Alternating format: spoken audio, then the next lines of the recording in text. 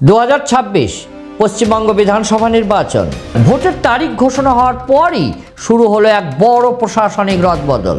শীর্ষ আমলা থেকে পুলিশ প্রশাসন একাধিক পদে বদলে। প্রশ্ন উঠছে, এটা কি কেবল রুটিন সাফল, নাকি ভারতের নির্বাচন কমিশনের এক বড় কৌশল, যার লক্ষ্য একটি নিরপেক্ষ ও ভীতিমুক্ত নির্বাচন সুনিশ্চিত করা?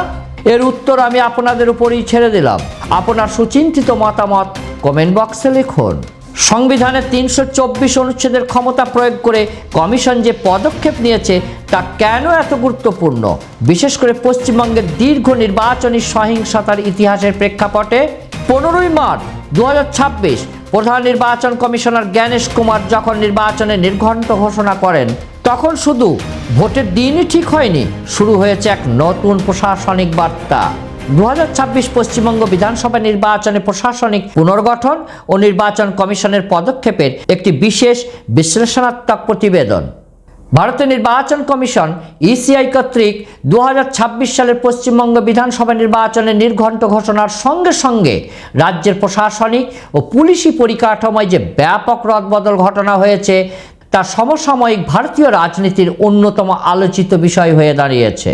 সংবিধানের 324 নম্বর অনুচ্ছেদের অধীনে অর্পিত ক্ষমতার প্রয়োগ ঘটিয়ে কমিশন রাজ্যের শীর্ষ আমলা থেকে শুরু করে পুলিশ প্রধান পর্যন্ত যে পরিবর্তন এনেছে তার উদ্দেশ্য কেবল প্রশাসনিক শৃঙ্খলা বজায় রাখা নয়, বরং একটি নিরপেক্ষ এবং ভীতিমুক্ত নির্বাচনের পরিবেশ নিশ্চিত করা। পশ্চিমবঙ্গের দীর্ঘ নির্বাচনী সহিংসতার ইতিহাস এবং সাম্প্রতিক বছরগুলোতে রাজনৈতিক মেরুকরণের প্রেক্ষাপটে কমিশনের এই পদক্ষেপ সমূহ অত্যন্ত তাৎপর্যপূর্ণ। এই প্রতিবেদনে এই বদলির প্রেক্ষাপট, কমিশনের যুক্তি, রাজনৈতিক প্রতিক্রিয়া এবং প্রশাসনিক প্রভাব সম্পর্কে একটি গভীর ও তথ্য নির্ভর বিশ্লেষণ উপস্থাপন করা হচ্ছে। ঘটনার প্রেক্ষাপট ও নির্বাচনী নির্ঘণ্ট। 2026 সালের 15ই মার্চ ভারতের প্রধান নির্বাচন কমিশনার জ্ঞানেশ কুমার পশ্চিমবঙ্গ সহ 5টি রাজ্যের পশ্চিমবঙ্গ, আসাম, কেরালা, তামিলনাড়ু এবং পন্ডিচেরি বিধানসভা নির্বাচনের তারিখ ঘোষণা করেন। পশ্চিমবঙ্গের 294টি আসনের জন্য এই নির্বাচন অত্যন্ত গুরুত্বপূর্ণ হিসাবে বিবেচিত হচ্ছে, কারণ এখানে বর্তমান শাসক দল তৃণমূল কংগ্রেস চতুর্থবারের মতো ক্ষমতায় আসার লড়াই করছে। অন্যদিকে বিজেপি প্রধান প্রতিপক্ষ হিসেবে তাদের শক্তি প্রদর্শনে বদ্ধপরিকর। নির্বাচন কমিশন এবছর পশ্চিমবঙ্গের নির্বাচনকে 2টি পর্যায়ে সম্পন্ন করার সিদ্ধান্ত নিয়েছে, যা গত 2021 সালের 8 দফার নির্বাচনের তুলনায় একটি বড় পরিবর্তন।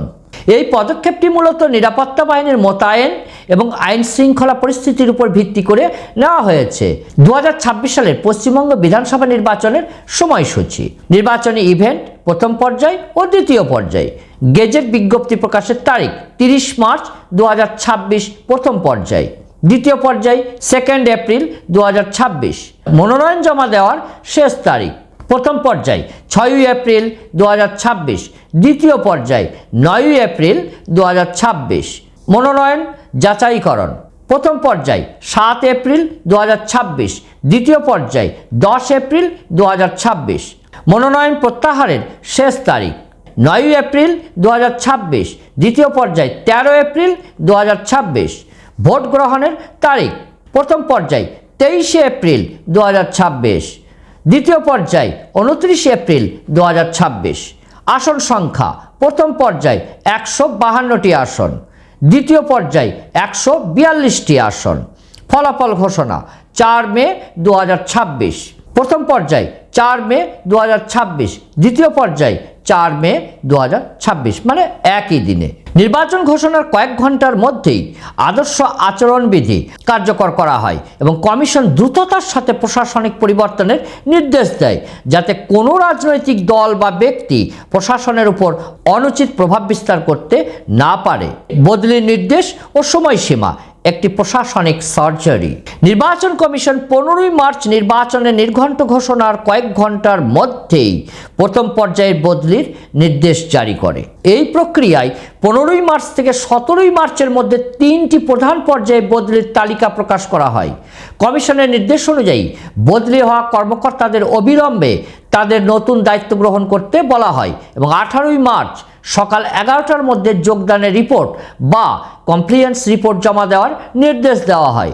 কমিশন স্পষ্টভাবে উল্লেখ করে যে বদলি হওয়া কর্মকর্তাদের নির্বাচনের শেষ না হওয়া পর্যন্ত কোনো নির্বাচনী দায়িত্ব বা নির্বাচনী কাজে সরাসরি যুক্ত রাখা যাবে না। এই দ্রুত সিদ্ধান্ত গ্রহণের প্রক্রিয়াটি নির্দেশ করে যে কমিশন রাজ্যের আইন শৃঙ্খলা পরিস্থিতি সম্পর্কে আগে থেকে একটি বিশদ মূল্যায়ন সম্পন্ন করেছিল এবং নিরপেক্ষতা নিশ্চিত করতে কোনো ঝুঁকি নিতে প্রস্তুত ছিল না। পুলিশ ও প্রশাসনিক কর্মকর্তাদের পদমর্যাদা এবং সংখ্যা। 2026 সালের এই রদবদল পশ্চিমবঙ্গের প্রশাসনিক ইতিহাসে অত্যন্ত নজিরবিহীন। সাধারণত নির্বাচনের আগে জেলা স্তরের কর্মকর্তাদের বদলি দেখা গেলেও এবার রাজ্যের শীর্ষ আমলাতন্ত্রের মূল স্তম্ভগুলোতেই পরিবর্তন আনা হয়েছে। শীর্ষ আমলাতন্ত্রে পরিবর্তন। প্রথম ধাপে কমিশন রাজ্যে মুখ্য সচিব এবং স্বরাষ্ট্র সচিবকে তাদের পদ থেকে সরিয়ে দেয়। মুখ্য সচিব নন্দিনী চক্রবর্তী এবং স্বরাষ্ট্র সচিব জগদীশ প্রসাদ মীনাকে নির্বাচনের দায়িত্ব থেকে সম্পূর্ণ সরিয়ে দিয়ে তাদের অনির্বাচনী পদে স্থানান্তরিত করা হয়। তাদের জায়গায় 1993 ব্যাচের আইএএস কর্মকর্তা দুষ্যন্ত নারিয়ালাকে মুখ্য সচিব এবং 1997 ব্যাচের আইএএস কর্মকর্তা সংঘমিত্রা ঘোষকে স্বরাষ্ট্র সচিব হিসাবে নিয়োগ করা হয়। পুলিশ প্রশাসনের পুনর্গঠন। পুলিশি রদবদলের ক্ষেত্রে কমিশন রাজ্যের ডিজিপি, কলকাতা পুলিশ কমিশনার এবং এডিজি আইন শৃঙ্খলার মতো স্পর্শকাতর পদগুলোতে পরিবর্তন আনে। পীযূষ পাণ্ডের জায়গায় 1992 ব্যাচের আইএএস কর্মকর্তা সিদ্ধনাথ গুপ্তকে রাজ্যের নতুন ডিজিপি হিসাবে নিযুক্ত করা হয়। একইভাবে কলকাতা পুলিশের কমিশনার সুপ্রতিম সরকারকে সরিয়ে 1996 ব্যাচের অজয় কুমার নন্দকে দায়িত্ব দেওয়া হয়। মোট বদলির পরিসংখ্যান ও তালিকা। 17 মার্চ কমিশন 19 জন সিনিয়র পুলিশ অফিসারকে বদলির নির্দেশ দেয়, যার মধ্যে 2 জন এডিজি, 4 জন পুলিশ কমিশনার সিপি, 12 জন পুলিশ সুপার এসপি এবং 1 জন ডেপুটি পুলিশ কমিশনার ডিসি ছিলেন। শীর্ষ পুলিশি পরিবর্তনের তালিকা। পদমর্যাদা। Director general of police DGP পূর্বতন কর্মকর্তা পীযূষ পাণ্ডে, নতুন নিযুক্ত কর্মকর্তা Siddhnath Gupta 1992 batch. Commissioner of police Kolkata Supratim Sarkar পূর্বতন কর্মকর্তা। নবনিযুক্ত কর্মকর্তা অজয় কুমার নন্দ 1996 ব্যাচ। এডিজি ও আইজিপি আইন শৃঙ্খলা বিনীত কুমার গোয়েল পূর্বতন। নবনিযুক্ত কর্মকর্তা অজয় মুকুন্দ রানারে 1995 ব্যাচ। এডিজি দক্ষিণবঙ্গ সুপ্রতিম সরকার অতিরিক্ত দায়িত্ব পূর্বতন। নতুন নিযুক্ত কর্মকর্তা রাজেশ কুমার সিং ব্যাচ 1997। এডিজি উত্তরবঙ্গ পূর্বতন কর্মকর্তা কেউ নেই। নতুন নিযুক্ত কর্মকর্তা কে জয়রামন 1997 ব্যাচ। ডিজি সংশোধনমূলক পরিষেবা পূর্বতন কর্মকর্তা সিদ্ধনাথ গুপ্ত। নবনিযুক্ত কর্মকর্তা নটরাজন রমেশ বাবু 1991 ব্যাচ। এই পরিবর্তনের ফলে দেখা যাচ্ছে যে কমিশন এমন কর্মকর্তাদের শীর্ষ পদে নিয়ে এসেছে যাদের অতীতে রাজ্যের বিভিন্ন আইন শৃঙ্খলা পরিস্থিতি সামলানোর দীর্ঘ অভিজ্ঞতা রয়েছে। সিদ্ধান্তের অফিসিয়াল কারণ ও নির্বাচন কমিশনের যুক্তি। নির্বাচন কমিশন এই ব্যাপক বদলির পিছনে মূলত 3টি প্রধান যুক্তি তুলে ধরেছে, যা একটি অবাধ ও সুষ্ঠু নির্বাচন নিশ্চিত করার জন্য অপরিহার্য বলে বিবেচিত। লেভেল প্লেয়িং ফিল্ড বা সমান সুযোগ নিশ্চিতকরণ।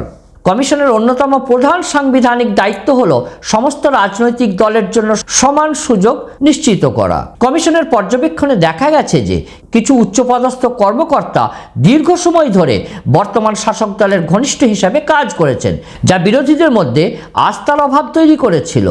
এই নিরপেক্ষতা ফিরিয়ে আনতেই এই প্রশাসনিক সার্জারি করা হয়েছে। কর্মকর্তাদের বদলি নীতি 3 বছরের নিয়ম। নির্বাচন কমিশনের একটি সাধারণ নির্দেশিকা হলো কোনো কর্মকর্তা যদি একই জেলায় গত 4 বছরের মধ্যে 3 বছর বা তার বেশি সময় অতিবাহিত করেন তবে তাকে নির্বাচনের আগে বদলি করতে হবে। এছাড়াও কোনো কর্মকর্তা যদি তার নিজের জেলায় হোম ডিস্ট্রিক্ট কর্মরত থাকেন তাকেও বদলি করা বাধ্যতামূলক। পশ্চিমবঙ্গের ক্ষেত্রে অনেক অফিসার এই মানদণ্ডের মধ্যে পড়ে গিয়েছিলেন, তাই আইনত তাদের পরিবর্তন জরুরি ছিল। সহিংসতা মুক্ত নির্বাচনের অঙ্গীকার। প্রধান নির্বাচন কমিশনার জ্ঞানেশ কুমার স্পষ্ট করেছেন যে পশ্চিমবঙ্গে নির্বাচনী সহিংসতার কোনো স্থান নেই। সত্যিই কি নেই? অতীতে বিভিন্ন নির্বাচনে যে ধরনের রক্তক্ষয়ী সংঘর্ষের ঘটনা ঘটেছে তা রোধ করতে কমিশন প্রশাসনের উপর সরাসরি নিয়ন্ত্রণ নিতে চেয়েছে। কমিশনের মতে শক্তিশালী ও স্বচ্ছ কর্মকর্তাদের নেতৃত্বে পুলিশ বাহিনী আরও নিরপেক্ষভাবে কাজ করতে সক্ষম হবে। বদলির তালিকা। জেলাভিত্তিক প্রভাব ও কর্মকর্তাদের পূর্বতন দায়িত্ব।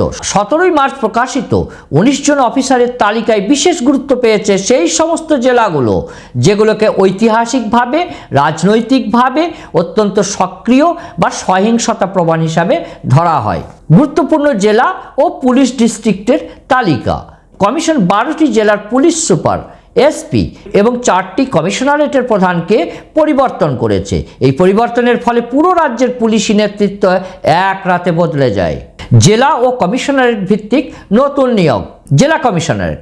হাওড়া কমিশনারেট, নতুন নিযুক্ত কর্মকর্তা অখিলেশ কুমার চতুর্বেদী, পদমর্যাদা পুলিশ কমিশনার। আসানসোল দুর্গাপুর, নবনিযুক্ত কর্মকর্তা প্রণব কুমার, পদমর্যাদা পুলিশ কমিশনার। ব্যারাকপুর কমিশনারেট, নবনিযুক্ত কর্মকর্তা অমিত কুমার সিং, পদমর্যাদা police commissioner. Chandannagar commissionerate, Sunil Kumar Yadav, পদমর্যাদা পুলিশ কমিশনার। বীরভূম, নবনিযুক্ত কর্মকর্তা সূর্যপ্রতাপ যাদব, পদমর্যাদা পুলিশ সুপার। কোচবিহার, নবনিযুক্ত কর্মকর্তা যশপ্রীত সিং, পদমর্যাদা এসপি। মালদহ, অনুপম সিং, পদমর্যাদা এসপি। ডায়মন্ড হারবার, ঈশানী পাল, পদমর্যাদা এসপি। পূর্ব মেদিনীপুর, নবনিযুক্ত কর্মকর্তা অংশুমান সাহা, পদমর্যাদা পুলিশ সুপার। পশ্চিম মেদিনীপুর, নবনিযুক্ত কর্মকর্তা পাপিয়া সুলতানা, পদমর্যাদা পুলিশ সুপার। বারাসাত, নবনিযুক্ত কর্মকর্তা পুষ্পা, পদমর্যাদা পুলিশ সুপার। বসিরহাট, নবনিযুক্ত কর্মকর্তা অলকানন্দ ভৈয়াল, পদমর্যাদা পুলিশ সুপার। হুগলি গ্রামীণ, কুমার সানি রায়, পুলিশ সুপার। জঙ্গিপুর, নবনিযুক্ত কর্মকর্তা Surinder Singh, police super. Islampur, Rakesh Singh, police super. Kolkata central, YS Jagannath Rao, deputy commissioner. কর্মকর্তাদের পূর্বতন দায়িত্ব ও অভিজ্ঞতার গুরুত্ব। নতুন ডিজি সিদ্ধনাথ গুপ্তের নিয়োগ বিশেষভাবে উল্লেখযোগ্য। তিনি 1992 ব্যাচের আইপিএস অফিসার এবং এর আগে ডিজি সংশোধনমূলক পরিষেবা হিসাবে কর্মরত ছিলেন। তার অভিজ্ঞতা নন্দীগ্রামের অস্থিরতা এবং জঙ্গলমহলে মাওবাদী আন্দোলনের সময় আইন শৃঙ্খলা সামলানোর ক্ষেত্রে অত্যন্ত সফল ছিল। একইভাবে অজয় কুমার নন্দ মাওবাদী অধ্যুষিত এলাকায় এবং ব্যারাকপুর কমিশনারেটে সফলভাবে দায়িত্ব পালন করেছিলেন, যা কলকাতার মতো ঘনবসতিপূর্ণ এবং রাজনৈতিকভাবে উত্তপ্ত এলাকায় কার্যকরী হবে বলে কমিশন মনে করছে। পর্যবেক্ষক নিয়োগ ও কৌশলগত মোতায়েন। নির্বাচন কমিশন অবাধ ভোট পরিচালনার জন্য পুলিশ কর্মকর্তাদের পাশাপাশি কেন্দ্রীয় পর্যবেক্ষকদের একটি বিশদ নেটওয়ার্ক তৈরি করেছে।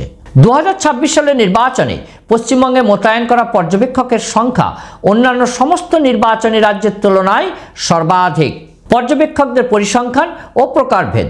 কমিশন 5টি রাজ্য এবং কেন্দ্রশাসিত অঞ্চলের জন্য মোট 1111 জন পর্যবেক্ষক নিয়োগ করেছে, যার মধ্যে পশ্চিমবঙ্গ একাই সিংহভাগ পেয়েছে। মোট কেন্দ্রীয় পর্যবেক্ষক পশ্চিমবঙ্গ 478 জন, জেনারেল পর্যবেক্ষক 294 জন, প্রতিটি বিধানসভা কেন্দ্রে 1 জন। পুলিশ পর্যবেক্ষক 84 জন, ব্যয় পর্যবেক্ষক এক্সপেন্ডিচার অবজারভার্স 100 জন, বিশেষ রোল পর্যবেক্ষক ভোটার তালিকা তদারকির জন্য অতিরিক্ত 4 জন বিশেষ আইএএস অফিসার নিয়োগ করা হয়েছে। পর্যবেক্ষকদের দায়িত্ব ও ডিজিটাল তদারকি। এই পর্যবেক্ষকরা সরাসরি নির্বাচন কমিশনের চোখ ও কান হিসাবে কাজ করবেন। তাদের জন্য একটি বিশেষ অবজারভার পোর্টাল তৈরি করা হয়েছে, যেখানে তারা প্রতিদিনের আইন শৃঙ্খলা পরিস্থিতি, ভোটার ভীতি প্রদর্শন ও আদর্শ আচরণবিধি লঙ্ঘনের রিপোর্ট জমা দেবেন। এছাড়াও কেন্দ্রীয় পর্যবেক্ষকরা মাইক্রো অবজারভারদের একটি দলকে পরিচালনা করবেন, যারা প্রতিটি বুথ থেকে রিয়েল টাইম তথ্য সরবরাহ করবেন। বিশেষ নজরদারি এলাকা। কমিশন বিশেষ করে দক্ষিণ 24 পরগনা, উত্তর 24 পরগনা, মুর্শিদাবাদ এবং পূর্ব মেদিনীপুরের মতো জেলাগুলোতে অতিরিক্ত পুলিশ পর্যবেক্ষক মোতায়েন করেছে। উত্তরবঙ্গের কোচবিহার জেলাতেও বিশেষ নজরদারি চালানো হচ্ছে, কারণ সেখানে সীমানা নিরাপত্তা এবং রাজনৈতিক অস্থিরতার সম্ভাবনা রয়েছে। আইন শৃঙ্খলা পরিস্থিতি ও সংবেদনশীলতার বিশ্লেষণ। পশ্চিমবঙ্গের নির্বাচনের ইতিহাস সহিংসতার রক্তক্ষয়ী অধ্যায় দিয়ে পূর্ণ। 2023 সালের পঞ্চায়েত নির্বাচনে প্রায় 50 জন রাজনৈতিক কর্মীর মৃত্যু নির্বাচন কমিশনের কপালে ভাঁজ ফেলেছিল। এই প্রেক্ষাপটে কমিশন আইন শৃঙ্খলার পরিস্থিতি নিয়ন্ত্রণে কোনো খামতি রাখতে চায় না। সংবেদনশীল অঞ্চল চিহ্নিতকরণ। কমিশন এবং স্থানীয় প্রশাসনের যৌথ সমীক্ষায় বেশ কিছু বিধানসভা কেন্দ্র এবং অঞ্চলকে স্পর্শকাতর বা ক্রিটিক্যাল হিসাবে চিহ্নিত করা হয়েছে। ভাঙড়, দক্ষিণ 24 পরগনা রাজনৈতিক সংঘর্ষের কেন্দ্রবিন্দু হওয়ার কারণে এই এলাকাকে 2024 সালে কলকাতা পুলিশের অধীনে নিয়ে আসা হয়েছিল, যাতে নজরদারি আরও কঠোর করা যায়। নন্দীগ্রাম, শুভেন্দু অধিকারী বনাম মমতা বন্দ্যোপাধ্যায়ের ঐতিহাসিক লড়াইয়ের এই কেন্দ্রটি এখনও অত্যন্ত উত্তপ্ত। ডায়মন্ড হারবার, অভিষেক বন্দ্যোপাধ্যায়ের কেন্দ্র হওয়ার কারণে এখানে হাই ভোল্টেজ রাজনৈতিক কর্মকাণ্ড চলে। বীরভূম ও মুর্শিদাবাদ, বোমা উদ্ধার ও গোষ্ঠীদ্বন্দ্বের কারণে এই জেলাগুলো সবসময় সংবেদনশীল তালিকার শীর্ষে থাকে। কেন অতিরিক্ত নজরদারির প্রয়োজন? পশ্চিমবঙ্গে রাজনৈতিক দলগুলির মধ্যে যে তীব্র মেরুকরণ এবং ক্যাডার ভিত্তিক সংঘাত রয়েছে, তাতে কেন্দ্রীয় বাহিনীর যথাযথ ব্যবহার ছাড়া শান্তিপূর্ণ ভোট সম্ভব নয়। কমিশন নির্দেশ দিয়েছে যে প্রতিটি স্পর্শকাতর বুথে সিসিটিভি ক্যামেরা এবং ওয়েবকাস্টিং বাধ্যতামূলক করা হবে। এছাড়াও অপরাধীদের বিরুদ্ধে আগে থেকেই প্রিভেন্টিভ ডিটেনশন এবং ওয়ারেন্ট কার্যকরার উপর জোর দেওয়া হয়েছে। রাজনৈতিক প্রতিক্রিয়া, সংঘাত ও কৌশলের নতুন লড়াই। নির্বাচন কমিশনের বদলির নির্দেশ আসার সাথে সাথেই রাজ্যে রাজনৈতিক তরজা শুরু হয়ে যায়। প্রতিটি রাজনৈতিক দল তাদের নিজস্ব দৃষ্টিকোণ থেকে এই পরিবর্তনকে ব্যাখ্যা করেছে। তৃণমূল কংগ্রেস, টিএমসির প্রতিক্রিয়া। তৃণমূল কংগ্রেস এই বদলিকে বিজেপির ইশারায় চালিত সিদ্ধান্ত বলে অভিহিত করেছে। মুখ্যমন্ত্রী মমতা ব্যানার্জি অত্যন্ত ক্ষোভের সাথে বলেছেন যে কমিশন যত অফিসারকেই বদলি করুক না কেন, তারা শেষ পর্যন্ত রাজ্যের অধীনেই কাজ করবেন। তৃণমূল মুখপাত্র কুণাল ঘোষ একে বিজেপির প্যানিক রিয়াকশন বা আতঙ্কিত প্রতিক্রিয়া হিসাবে বর্ণনা করেছেন। ভারতীয় জনতা পার্টির বিজেপির প্রতিক্রিয়া, বিজেপি এই পরিবর্তনকে স্বাগত জানিয়েছে। রাজ্য বিজেপি সভাপতি শ্রমিক ভট্টাচার্যের মতো পশ্চিমবঙ্গের পুলিশ প্রশাসন পুরোপুরি তৃণমূলের ক্যাডার হিসাবে কাজ করছিল, তাই একটি নিরপেক্ষ নির্বাচনের জন্য এই রদবদল একান্ত প্রয়োজন ছিল। বিজেপি নেতা শুভেন্দু অধিকারী বারবার আইপিএস কর্মকর্তাদের নিরপেক্ষতা নিয়ে প্রশ্ন তুলেছিলেন এবং কমিশনের এই পদক্ষেপে তারা সন্তুষ্ট। সিপিআইএম এবং অন্যান্য দলের প্রতিক্রিয়া। বামফ্রন্ট এই বদলিকে সমর্থন করলেও তারা ভোটার তালিকার স্বচ্ছতা নিয়ে সংশয় প্রকাশ করেছে। সিপিআইএম নেতা মোহাম্মদ সেলিমের মতে ভোটার তালিকায় নাম সংশোধন এসআইআর প্রসেস যদি সঠিকভাবে না হয়, তবে কেবল অফিসার বদল করে শান্তিপূর্ণ ভোট নিশ্চিত করা সম্ভব নয়। কংগ্রেস নেতা প্রদীপ ভট্টাচার্য ভোটারদের নিরাপত্তা এবং বুথ দখল রোধের উপর জোর দিয়েছেন। বিতর্ক ও প্রশ্ন, সাংবিধানিক স্বায়ত্তশাসন বনাম রাজনৈতিক পক্ষপাত। এই বদলি কি রাজনৈতিকভাবে প্রভাবিত? এই প্রশ্নটি বর্তমানে পশ্চিমবঙ্গের আকাশে বাতাসে ভাসছে। আপনাদের মতামত কি? কমেন্ট বক্সে লিখুন। প্রশাসনের নিরপেক্ষতা নিয়ে প্রশ্ন। বিরোধীদের অভিযোগ হলো শাসক দল সিভিল সার্ভিস এবং পুলিশকে নিজেদের রাজনৈতিক স্বার্থে ব্যবহার করছে। অন্যদিকে শাসক দলের অভিযোগ নির্বাচন কমিশন সংবিধান বহির্ভূতভাবে বিজেপির হয়ে প্রশাসনের উপর হস্তক্ষেপ করেছে। এর ফলে আমলাতন্ত্রের মধ্যে একটি দ্বিধাবিভক্ত মানসিকতা তৈরি হচ্ছে, যা দীর্ঘমেয়াদে ক্ষতিকর হতে পারে। ভোটার তালিকা ও আইনি লড়াই। নির্বাচনের আগে ভোটার তালিকা থেকে নাম বাদ দেওয়া এবং লজিক্যাল ডিসক্রিপেন্সি নিয়ে যে বিতর্ক তৈরি হয়েছে তা সুপ্রিম কোর্ট পর্যন্ত গড়িয়েছে। 60 লক্ষ ভোটারের ভাগ্য বর্তমানে বিচার বিভাগীয় পর্যালোচনার অধীনে রয়েছে। এই পরিস্থিতিতে নির্বাচন কমিশনের উপর একটি নৈতিক চাপ সৃষ্টি করেছে, যাতে তারা প্রশাসনের প্রতিটি স্তরে চূড়ান্ত স্বচ্ছতা বজায় রাখে। অতীতের সাথে তুলনা। 2021 বনাম 2026। 2021 সালের বিধানসভা নির্বাচনের অভিজ্ঞতার আলোকে 2026 সালের প্রস্তুতির কিছু উল্লেখযোগ্য পার্থক্য লক্ষ্য করা যায়। কর্মকর্তাদের বদলির পরিসংখ্যান। 2021 সালের নির্বাচনের আগে ডিজিপি এবং কমিশনার স্তরে বদলি হয়েছিল। উদাহরণস্বরূপভাবে বলা যায়, রাজীব কুমারকে 2016 এবং 2021 সালের নির্বাচনের আগে সরিয়ে দেওয়া হয়েছিল, যা একটি নিয়মিত প্রথা হয়ে দাঁড়িয়েছে। তবে 2026 সালের মতো মুখ্য সচিব এবং স্বরাষ্ট্র সচিবকে একসাথে সরিয়ে দেওয়ার ঘটনা বিরল। 2021 এবং 2026 নির্বাচনের তুলনা। নির্বাচনের পর্যায়। 2021 নির্বাচন 8টি পর্যায়, 2026 নির্বাচন 2টি পর্যায়। পুলিশ বদলি। 2021 নির্বাচন ডিজিপি ও পুলিশ কমিশনার। 2026 নির্বাচন মুখ্য সচিব, স্বরাষ্ট্র সচিব সহ শীর্ষ নেতৃত্ব। এখানেই অনেকটা ডিফারেন্স তৈরি হয়েছে। কেন্দ্রীয় পর্যবেক্ষক। 2026 নির্বাচন 478 জন, রেকর্ড সংখ্যা। ভোটার সংখ্যা। 2021 নির্বাচন 7.3 3 কোটি। 2026 নির্বাচন 6.45 কোটি প্রাথমিক তালিকা। প্রধান ইস্যু 2021 নির্বাচন দলবদল ও হিন্দুত্ববাদ। 2026 নির্বাচন প্রশাসনিক নিরপেক্ষতা ও ভোটার তালিকা বিতর্ক। 2021 সালে 8 দফায় নির্বাচন হওয়ার ফলে কেন্দ্রীয় বাহিনীর মোতায়েন অনেক সহজ হয়েছিল, কিন্তু 2026 সালে মাত্র 2 দফায় ভোট সম্পন্ন হওয়ার কারণে একটি বড় প্রশাসনিক চ্যালেঞ্জ হবে বলে রাজনৈতিক বিশ্লেষকরা মনে করছেন। প্রশাসনিক ও রাজনৈতিক বিশ্লেষণ, ফলাফল ও ভোটারদের উপর প্রভাব। নির্বাচন কমিশনের এই পদক্ষেপ কেবল কাগজে কলমের পরিবর্তন নয়, এর একটি গভীর মনস্তাত্ত্বিক ও রাজনৈতিক প্রভাব রয়েছে। নির্বাচনের ফলাফলের সম্ভাব্য প্রভাব। প্রশাসনের নিরপেক্ষতা যদি নিশ্চিত হয়, তবে ফলস ভোটিং যা বুথ দখলের মতো অভিযোগগুলো কমতে সাহায্য করবে। এতে করে যে সমস্ত আসনে মার্জিনাল সিটস, সেখানে ফলাফল বদলে যেতে পারে। বিশেষ করে গ্রামীণ এলাকায় যেখানে শাসক দলের প্রভাব বেশি, সেখানে পুলিশি কঠোরতা বিরোধীদের ভোট বাড়াতে সাহায্য করতে পারে। ভোটারদের উপর মনস্তাত্ত্বিক প্রভাব। সাধারণ ভোটাররা যখন দেখেন যে শীর্ষস্তরে বড় কর্মকর্তাদের বদলি করা হয়েছে এবং বিপুল পরিমাণ কেন্দ্রীয় বাহিনী ও পর্যবেক্ষক মোতায়েন রয়েছে, তখন তাদের মধ্যে একটি নিরাপত্তার বোধ তৈরি হয়। আর এটাই ভোটার টার্ন আউট বাড়াতে সহায়ক হতে পারে, যা সাধারণত পরিবর্তনের লক্ষণ হিসাবে ধরা হয়। রাজনৈতিক দলের কৌশলে পরিবর্তন। অফিসার বদলের ফলে রাজনৈতিক দলগুলোকে এখন তাদের মাঠ পর্যায়ের কৌশল পরিবর্তন করতে হচ্ছে। শাসক দল হয়তো এখন প্রশাসনের বদলে সরাসরি জনভিত্তির উপর বেশি জোর দেবে। অন্যদিকে বিরোধীরা প্রশাসনের এই কঠোরতাকে ব্যবহার করে ভোটারদের ঘর থেকে বের করে আনার চেষ্টা করবে। 2026 সালের নির্বাচনের প্রাক্কালে নির্বাচন কমিশনের এই প্রশাসনিক রদবদল কি শুধুই একটি রুটিন মাফিক প্রশাসনিক পদক্ষেপ? উত্তরটি হলো এক কথায় না। এর মধ্যে নিহিত রয়েছে একটি গভীর রাজনৈতিক বার্তা। কমিশন এই বার্তার মাধ্যমে স্পষ্ট করে দিয়েছে যে ভারতের নির্বাচন ব্যবস্থা এখনো এমন এক শক্তিশালী ভিত্তির উপর দাঁড়িয়ে আছে, যেখানে একটি রাজ্যের নিরঙ্কুশ ক্ষমতার অধিকারী সরকারকেও নির্বাচনে নির্ঘণ্টের পর কমিশনের সিদ্ধান্তের সামনে মাথা নত করতে হয়। এটি গণতন্ত্রের জয় হিসাবে যেমন দেখা যেতে পারে, তেমনই এটি আমলাতন্ত্রের উপর রাজনৈতিক আধিপত্যের কুফল হিসাবেও চিহ্নিত হতে পারে। পরিশেষে বলা যায়, এই বদলি নির্বাচনের মাঠে শাসক এবং বিরোধী উভয় পক্ষের জন্যই একটি অগ্নি পরীক্ষা। কমিশনের দায়িত্ব কেবল অফিসার বদল করা নয়, বরং সেই নতুন কর্মকর্তাদের মাধ্যমে একটি সন্ত্রাসমুক্ত ভোট উপহার দেওয়া। যদি এই লক্ষ্য সফল হয়, তবেই এই ব্যাপক প্রশাসনিক রদবদলের সার্থকতা প্রমাণিত হবে।